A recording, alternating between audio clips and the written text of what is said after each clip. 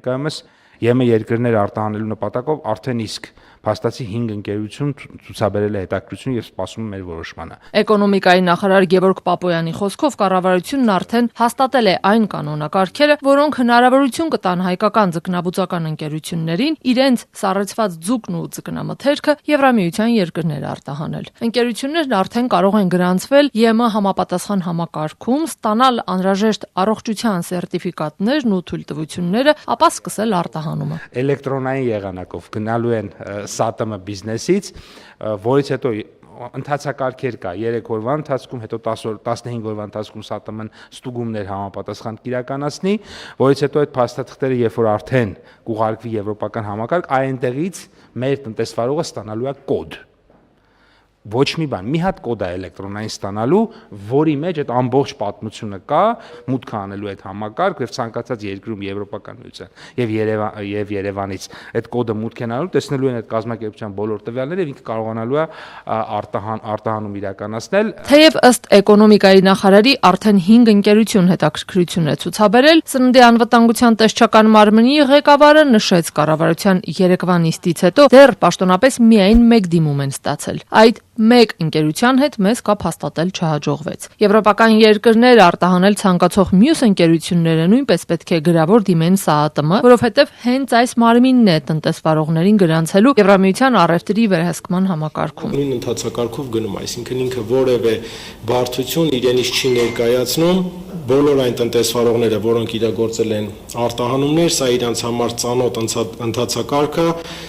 ծանոթ քայլեր են ստեղ, մի բանը, որը որ ավելացել է, այդ առաջի փուլում, առաջին անգամ թրեսիսում գրանցվելու հարցն է։ Վանկա Retail Group ձկնաբուծական ընկերության հիմնադիր Ռաֆայել Պողոսյանն ազատությանն ասաց, ֆինանսական լուրջ վնասներ են կրել ռուսական սահմանափակումներից հետո։ Շուրջ 30 տարի իր արտադրած ծիածանափայլ իշխանն ամբողջությամբ արտահանել է միայն Ռուսաստան, իսկ հիմա վստահ չէ կկարողանա արագ մուտք գործել Եվրամիության շուկա։ Նրա խոսքով Եվրոպայում մրցակցությունը շատ բարձր է, իսկ Հայաստանում ձկան կերը գրեթե կրկնակի թանկ է։ Սրա հետևանքով, ասում է, եվրոպացի արտադրողն ի սկզբանե առավելություն ունի, մրցակցային անհավասար պայմաններ են, իսկ ձկան արժեքի շուրջ 85%-ը ձևավորվում է հենց կերի հաշվին։ Թեև պետությունն այժմ արտահանվող յուրաքանչյուր կիլոգրամ ձկան համար 820 դրամ աջակցություն է տրամադրում, Պողոսյանի համոզմամբ դա բավարար չէ։ 30 տարի ստեղծած շուկան մի քանի ամսում չես կարող փոխարինել։ Դրա համար առնվազն 5 տարի է պետք։ Դրական եմ գնահատում, մեզ քայլ է, որպես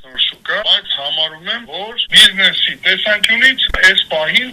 անհնարին է։ Մենք մի դեպքում կարանք արտահանենք Եվրոպա, երբ որ որոշում ենք, որ գնում ենք լիկվիդացիա։ Ինչ խմբականագործ արտադրում ենք, դա վերանայենք, այժմով բարձենք ուղարկենք Եվրամիություն, մի քիչ ինչ խմբականացնեն, այսինքն տնանք ով իր գլուխը ոնց է։ Ռուսական սահմանափակումներից տուժել է նաև ձկնաբույծ Արթուր Հակոբյանի բիզնեսը։ Նա զբաղվում է նաև ձկնկիթի արտադրությամբ, հայկական շուկայում էլ է դրանք վաճառում։ Հիմա մտադիր է իր արտադրանքը արտահանել նաև Եվրամիության երկրներ։ Պատրաստվում է գրավոր դիմել Սննդամթերքի անվտանգության տեսչական մարմին։ Մեծ սիրով երկար ենք սպասել այսօրվան։ Դու քիչ քանակ լինի, բայց որակի կվաճառի։ Ձեզ ինչ աջակցություն է հարկավոր։ Փաստաթղթային այդ ճանապարհը, որ ասես կանաչ լինի իմ համար, չչարչարվե մեզ կողմենք ամեն ինչ եթե կանոնավորվի անեն, ոչ մի բան էլ ինձ պետք չի մնացած, պատրաստ ենք մենք։ Բայց որ Արթուր Հակոբյանն ու մյուս տնտեսվարողներն օգտվեն այս նոր հնարավորությունից ու իրենց ապրանքն առանց խոչընդոտի հասցնեն Եվրամիության երկրներ, ըստ փոխվարչապետ Մհեր Գրիգորյանի, միայն ՍԱՏՄ-ում գրանցվելն ու անհրաժեշտ կոդը ստանալը բավարար չէ։ Կառավարության երեկվա նիստում Մհեր Գրիգորյանը դիմելով էկոնոմիկայի նախարարին ու ՊԵԿ նախագահին ասաց, եվրոպական մաքսային մարմինները թվային եղանակով պետք է կարողանան տեսնել ոչ միայն արտահանողի փաստաթղթերը, այլև հետևել բեռի ամբողջ ճանապարհին, համոզվելու համար, որ Հայաստանից դուրս եկած նույն բեռն է հասել Եվրամիության սահման։ Հակառակ դեպքում բեռները կարող են ուղարկվել լրացուցիչ զննման, իսկ դա ժամանակ է ու ծախս։ Այդ կոդը նաև ենթադրում է, որ այդ ապրանքը պիտի կապարակնքվի այդ կոդով եւ այդ կապարակնքով անցնի ԵՄ սահման, որը մենք ոչ մի կերպ չենք կանում։ Մենք կապարակնիկների հարցը այդպես էլ չլուծեցինք։ Եթե շարունակենք չլուծել, ես կարծում եմ, որ անկախ մեր բոլորիս եւ ձեր մասնավորապես ջանքերից մենք խնդիրը չենք լուծելու։ Հիմնական խնդիրը մեր ապրանքների հետագծելիությունն է, որովհետեւ այդ կոդի տակ մաքսավորը եթե չի տեսնում կապարակնիկ էլեկտրոնային, ինքը միանգամից իրավունք ունի ենթադրել, որ այնտեղ ոչ թե ձուկ է, այլ օրինակ հավ։ ՊԵԿ նախագահ Էդուարդ Հակոբյանն արձագանքելով փոխվարչապետի մտահոգություններին ասաց ապրանքների հետագծելիությունը երկու բաղադրիչ ունի՝ փաստաթղթային ու ֆիզիկական։ Նրա խոսքով Հայաստանն արդեն դիմել է Եվրամիության թվային տրանզիտի համակարգին միանալու համար, իսկ հաջորդ քայլը բեռների շարժի հետագծելիության ապահովումն է, մինչև Եվրամիություն։ Մհեր Գրիգորյանն էլ ընդգծեց. Ես կարծում եմ, պիտի շատ արագ ու զուգահեռ շատ արագ այդ խնդիրը լուծել։